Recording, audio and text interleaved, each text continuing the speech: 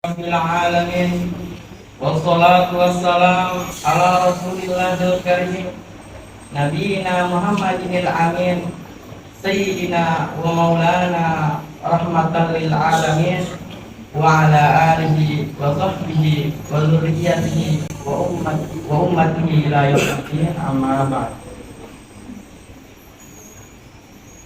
Yang saya hormati Bapak Haji, Ibu-ibu Haja, orang tua kami, serta remaja-remaja masjid. Saya mohon maaf saya tidak bisa menyebutkan nama satu persatu tanpa mengurangi rasa hormat. Pada saat ini kita telah berada di penghujung bulan Rajab, bulan yang di dalamnya terdapat suatu momen-momen yang luar biasa, peristiwa yang sangat hebat, yakni peristiwa Isra dan Mi'raj. Setelah meninggalkan bulan Rajab, kita memasuki bulan Syaban. Terdapat juga momen besar di bulan Syaban, yakni Nisfu Syaban. Setelah bulan Syaban meninggalkan kita masuk ke bulan Ramadan. Di dalam bulan Ramadan terdapat juga momen-momen yang tidak kalah luar biasa, yakni nuzulul Quran. Kemudian kita akan masuk kepada bulan Syawal. Di bulan Syawal terdapat momen-momen yang hebat, yakni halal bihalal. Semuanya momen-momen ini Allah Subhanahu wa taala ciptakan kepada kita agar menjadi titik ketemu di antara kita, agar kita mempererat tali silaturahmi kita. Hadirin rahimakumullah, sebelum peristiwa Isra Mi'raj dari Masjidil Haram ke Masjidil Aqsa, kemudian naik lagi ke Sidratil Muntaha, kemudian melihat surga dan neraka. Sebelum itu Nabi Muhammad SAW banyak mendapat cercaan dari kaum kafir Quraisy. Beliau SAW dimusuhi oleh kafir Quraisy, beliau dicaci, beliau diembargo, serta beliau ditolak dakwanya oleh kaum kafir Quraisy. Kemudian muncullah secercah harapan. Nabi SAW berdakwah di kota yang dinamakan Thaif. Kemudian beliau berjalan dari Makkah ke Thaif. Jarak antara Makkah dan Thaif kurang lebih 100 km. Pada saat itu Nabi Muhammad SAW tidak memakai unta ataupun kuda karena beliau khawatir kaum Quraisy mencurigakan beliau agar beliau melarikan diri. Terpaksa beliau jalan kaki dengan tujuan agar penduduk Taif menerima dakwah beliau sallallahu alaihi wasallam. Sampainya beliau di Taif, beliau tidak disambut dengan tala'at badru alaina. Beliau juga tidak disambut dengan marhaban Jaddal Husain. Beliau tidak disambut juga dengan marhaban Nurul Ain. Akan tetapi penduduk Taif menyambut beliau dengan lemparan kayu, batu, serta tulang-tulang unta sampai kaki beliau berdarah. Kemudian terompah atau sendal yang dipakai beliau bercucuran darah. Sahabat Zaid bin Harithah yang selalu melindungi Nabi juga terkena luka di kepala bagian belakangnya. Kemudian Nabi mundur sedikit dan berlindung di bukit. Setelah berlindung di bukit, Malaikat Jibril pun datang dan berkata, "Ya Muhammad, apabila setetes darah di kakimu itu jatuh ke tanah, maka akan kuratakan Taif beserta isinya." Apa kata Nabi Muhammad? Apa yang dilakukan Nabi Muhammad? Beliau melap kakinya agar setetes darah pun tidak jatuh ke tanah. Ini sayangnya beliau kepada Nabi. Kemudian hikmah yang bisa kita ambil dari sini ialah Nabi SAW memaafkan penduduk Taif, orang yang berbuat jahat kepada beliau, bukan langsung membalasnya, meskipun beliau mampu. Faman afa wa aslaha fa ajruhu 'ala Allah. Barang siapa yang memaafkan kemudian dia berbuat baik kepada orang yang berbuat jahat kepadanya, maka pahalanya itu langsung dari Allah Subhanahu wa taala. Kemudian Nabi SAW berlindung di bukit. Nabi Sallallahu Alaihi Wasallam mengadu kepada Tuhannya, Ilahi, wahai Tuhanku, asku ilaika ta'fa quwwati, aku mengadu kepadamu tentang kelemahanku, wa qillata hillati, dan ketidakberdayaanku, wa hawani 'alan nas, dan manusia-manusia mereka menghinaku.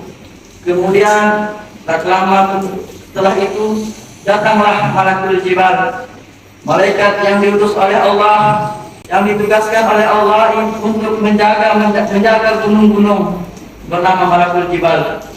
Malakul jibal ini berkata, di Makkah itu terdapat 2 gunung.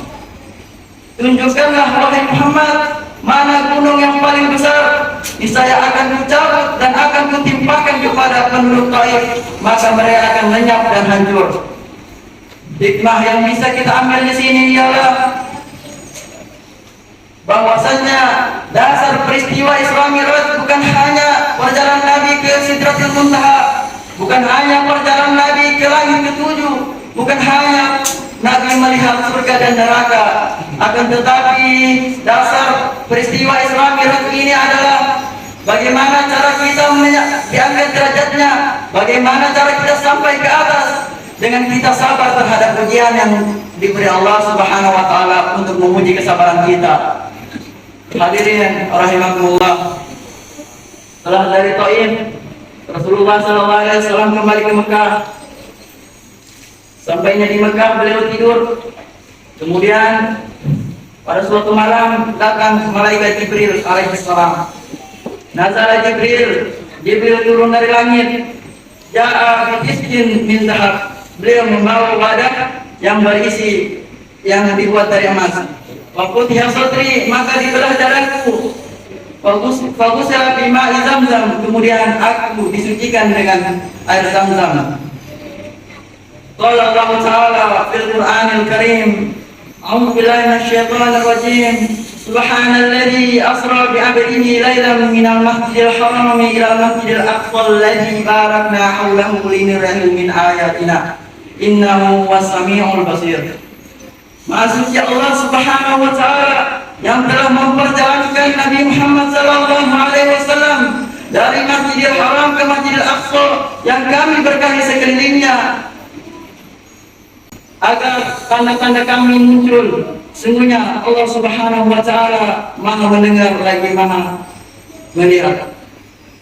Adapun hadis tentang peristiwa Isra Mi'raj ini diriwayatkan oleh Imam Muslim Anas bin Malik radhiyallahu anhu, dari sahabat Anas bin Malik radhiyallahu anhu, anna Rasulullah sallallahu alaihi wasallam qala, sesungguhnya Rasulullah sallallahu alaihi wasallam bersabda, utitu bil buraq, pada suatu hari aku didatangkan dengan buraq, wa huwa dabatun abyad, dia itu putih dan dia itu hewan, tawilun fawqal himar, dia lebih tinggi dari keledai, wa dunal baghl, dia lebih pendek dari anakan kuda, wa yad'u hafirahu inda muntaqfi, dia meletakkan telapak kakinya sejauh mata memandang. Farqibtuhu hatta ataitu baitul maqdis, kemudian aku menungganginya sampai aku sampai di Baitul Maqdis. Farabatuhu bil halqah allati yarbitu bil anbiya, kemudian aku mengikatnya dengan ikatan yang biasa dipakai nabi-nabi sebelumku. Tsumma dakhaltul masjidah, kemudian aku memasuki masjid. Wa shallaitu fihi rak'atain, kemudian aku salat di dalamnya 2 rakaat. Tsumma kharajtu, kemudian aku keluar. Wajahani Jibril alaihissalam, kemudian Jibril alaihissalam datang kepadaku. Bi ina'in min khamrin wa ina'in min labanin, beliau datang dengan membawa wadah yang berisi tentang khamar, satunya lagi wadah yang berisi tentang susu. Waqtartul laban, maka aku memilih susu. Waqala Jibril alaihissalam, maka Jibril berkata, ikhtartal fitrah, engkau telah memilih kesucian. Tsumma urida bina ila sama, kemudian kami naik lagi ke langit. Fastaftah Jibril, kemudian Jibril meminta agar pintu langit dibuka. Qila man anta, seorang berkata, siapa kamu? Qala Jibril, ia berkata Jibril. Qila Muhammad, engkau bersama siapa? Qala Muhammad. Wa qad bu'itsa ilaihi, apakah ia telah diutus? Qad bu'itsa ilaihi, ia telah diutus. Fafutiha lana, maka dibukakan pintu langit untuk kami. Fa'idha huwa bi Adam alaihi salam, maka tidak kami bertemu Nabi Adam alaihi salam. Farahaba bi wa da'ali bi khair, maka ia menyambutku kemudian ia mendoakanku. Tsumma urija bina ila sama'i tsaniyah, kemudian kami naik lagi ke langit kedua. Fastaftaha Jibril, maka Jibril meminta untuk dibuka. Fastaftaha Jibril, maka Jibril meminta untuk dibuka. Fafutiha lana fa'idha huwa bi Idris alaihi salam, maka dibukakan untuk kami, maka kami bertemu Nabi Idris alaihi salam. Mungkin hanya ini yang bisa saya sampaikan, kurang lebihnya mohon maaf. Billahi taufiq wal hidayah. Assalamualaikum warahmatullahi wabarakatuh. Waalaikumsalam.